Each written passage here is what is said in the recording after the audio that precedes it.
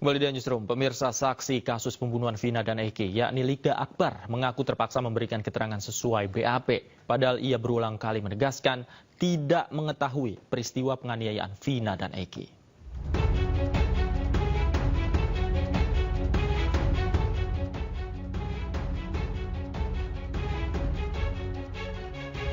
Muncul sejumlah fakta baru yang justru membuat ini seolah menjadi benang kusut. Yang terbaru, saksi persidangan kasus pembunuhan Vina 2016 lalu Liga Akbar justru memberikan pengakuan yang berbeda dengan BAP. Awalnya ia dimintai keterangan oleh ayah almarhum Eki, Rudiana, mengenai kelengkapan motor Eki. Namun seterusnya, ia justru dianggap saksi kunci yang melihat langsung penganiayaan. Padahal, Liga sudah menyampaikan dia tidak tahu peristiwa tersebut. Sayang, tak ada yang percaya. Liga Akbar menyampaikan bahwa Vina dan Eki dipukuli, dianiaya, dilempari batu, betul ya? Di kesaksian pengadilan waktu itu. Iya. Betul. Sebenarnya Liga tidak melihat itu. Tidak, Pak. Liga tidak mengetahui sama sekali kejadian itu. Tidak. Lalu kenapa? Mohon maaf didekatkan lagi. Lalu kenapa pada waktu kesaksian di pengadilan berbeda? Saya bingung waktu itu, Pak. Saya mau bilang sama siapa, karena nggak ada yang percaya. Karena dimintai keterangan soal almarhum Vina dan Eki yang dipakai, dari helm, keadaan motor, itu saja awalnya yang diminta.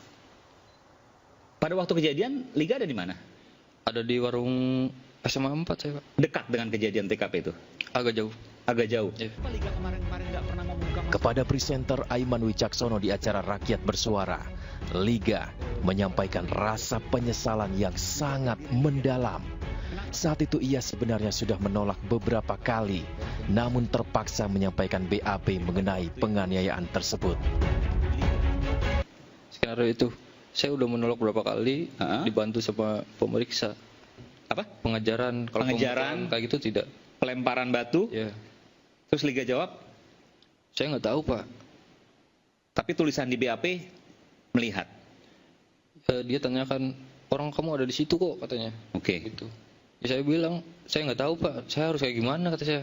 Terus kemudian diarahkan. Iya. Dan Liga waktu di pengadilan juga terpaksa mengatakan sesuai dengan apa yang di BAP. Terpaksa banget, Pak. Karena sidangnya pun itu tertutup, Pak. Di situ ada rekan almarhum Eki, ada ibunya juga. Cuma tidak boleh masuk, Pak. Saya bingung banget di situ.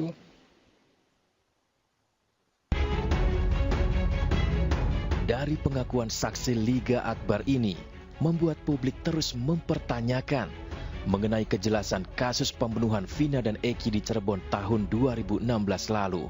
Apa yang sebenarnya terjadi?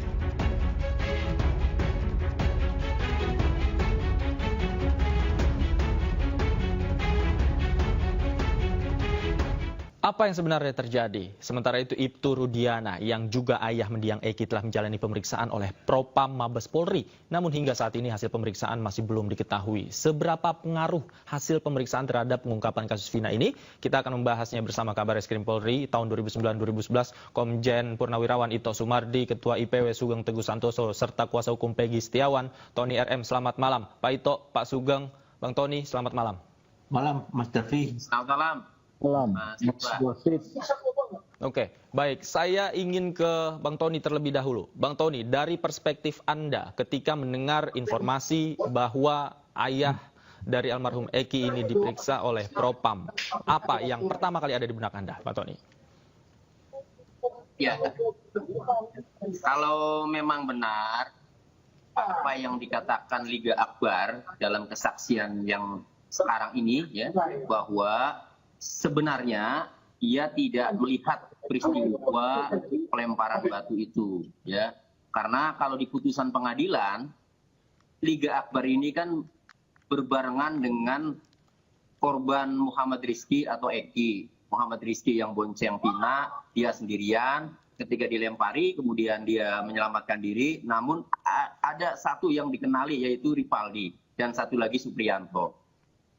Saya semula berpikir yakin karena salah satu pelaku dikenali, ya, sehingga saya berpikir dari salah satu pelaku itu kemudian ngoceh, sehingga pelaku lainnya tertangkap itu wajar. Namun belakangan ternyata keterangan itu tidak benar atau rekayasa ya.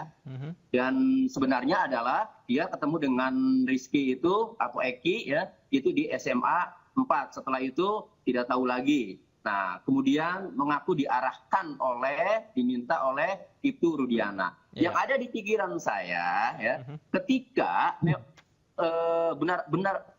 kalau benar diarahkan oleh Ibtu Rudiana ya selaku bapaknya ya, berarti Pak Ibtu Rudiana ini kalau saya nilai ini seolah-olah agar pelaku yang dihukum ini yang harus diadili ini yang 8 orang saja yang sudah terlanjur ditangkap.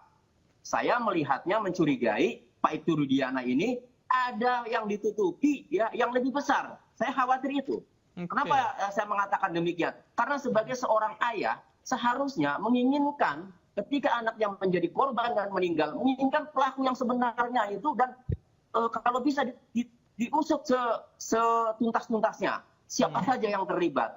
Tetapi ketika ada pengarahan kepada Liga Akbar agar seolah-olah yang dihukum adalah yang 8 ini dengan kesaksiannya itu ya, dengan seolah-olah melihat pada saat pelemparan, maka saya mencurigai Pak Ibtu Rudiana ini ya tahu pelaku yang sebenarnya kemudian ditutupi untuk menutupi kepentingan yang lebih besar. Saya khawatir itu, saya mencurigai itu.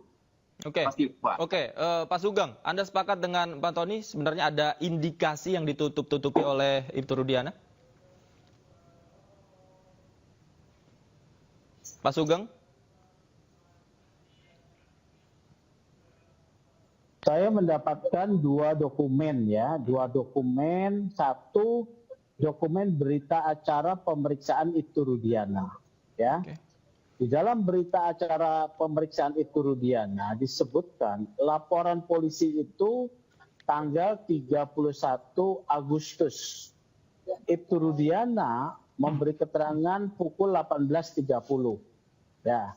Kemudian berdasarkan dokumen putusan ya, putusan pengadilan, para terdakwa atau tersangka ini ditangkap tanggal 31 Agustus ya. Jadi secara prosedur kita akan melihat dulu prosedur ya. Kapan saksi-saksi dan alat bukti itu dikumpulkan.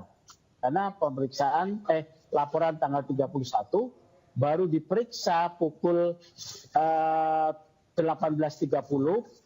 Hari itu akan berakhir dalam waktu 6 jam kemudian ya. Mereka sudah ditangkap tanggal 31 Agustus. Kapan alat bukti itu dikumpulkan? Kapan gelar perkaranya untuk menaikkan status tersangka? Memang ini peristiwa pidana ya. Karena perkara ini perkara yang tidak mudah ya. Berdasarkan keterangan saksi Suroto, itu tanggal 27 Agustus, itu ditemukan 2 tubuh. 1 sudah meninggal, yaitu Eki, dan 1 masih hidup, yaitu Vina. Dibawa ke rumah sakit ya sekitar pukul 7 malam, ya. Diperiksa sebagai jenazah yang tidak dikenal, ya. Vina diperiksa sebagai pasien yang meninggal kemudian tanggal 28 Agustus pukul 7 malam, ya 24 jam kemudian.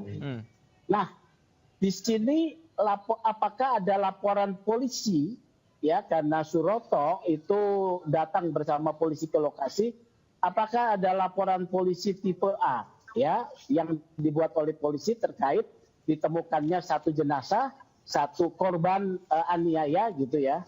Tetapi LP tanggal 31. Nah, di dalam pemeriksaan berkas pemeriksaan BAP Rudiana ini menarik nih ya. Dalam BAP tanggal 31 Rudiana sudah menyebut 11 nama. Ya.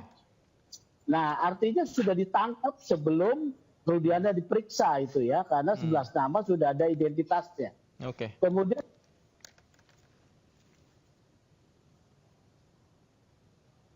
baik. Audionya Pak Sugeng? Iya, bentar.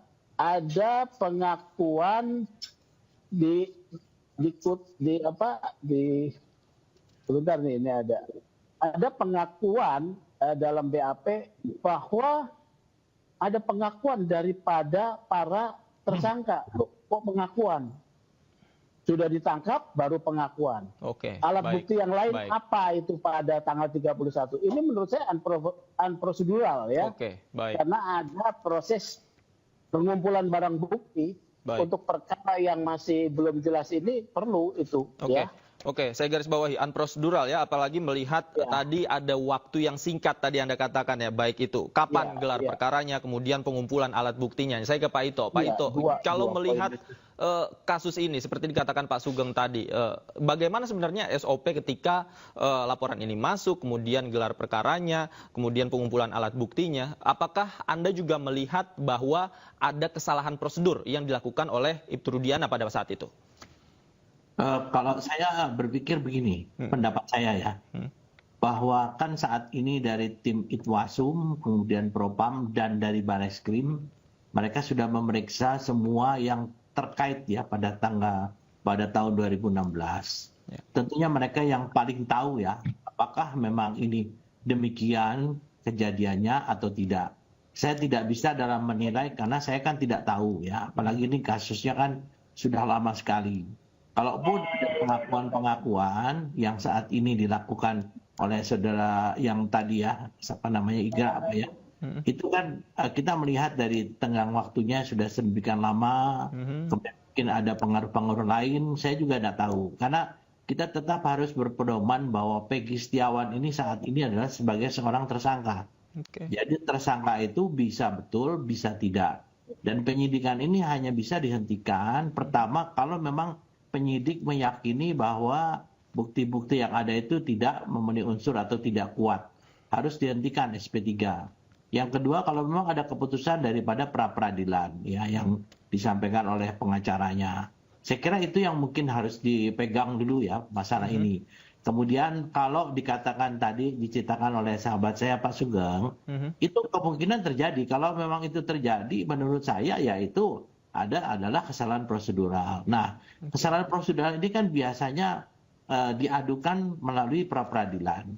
Kemudian dari pra-peradilan menetapkan seseorang ini masih layak ditetapkan sebagai seorang tersangka atau tidak. Saya tidak tahu apakah saat itu dilakukan pra-peradilan atau tidak. Nah, kalau tidak, ada hal-hal yang memang kelemahan yang sifatnya tidak substansial ya, dan tidak material. Itu biasanya oleh JPU dianggap bahwa itu masih bisa diteruskan kasusnya. Jadi kembali bahwa proses penyidikan ini itu adalah tergantung juga daripada seberapa jeli dari jaksa penuntut umum untuk bisa menentukan apakah kasus ini layak untuk di P21 ataukah tidak. Nah, saya juga tentunya di sini tidak bisa mengatakan apakah JPU juga salah atau tidak, karena saya tidak tahu kasus. Tapi kalau secara ada manajemen penyidikan yang diatur dalam Perkap Kapolri ya 1/25 itu mereka memang semua yang diperiksa ataupun ditangkap itu harus dilengkapi dengan surat-surat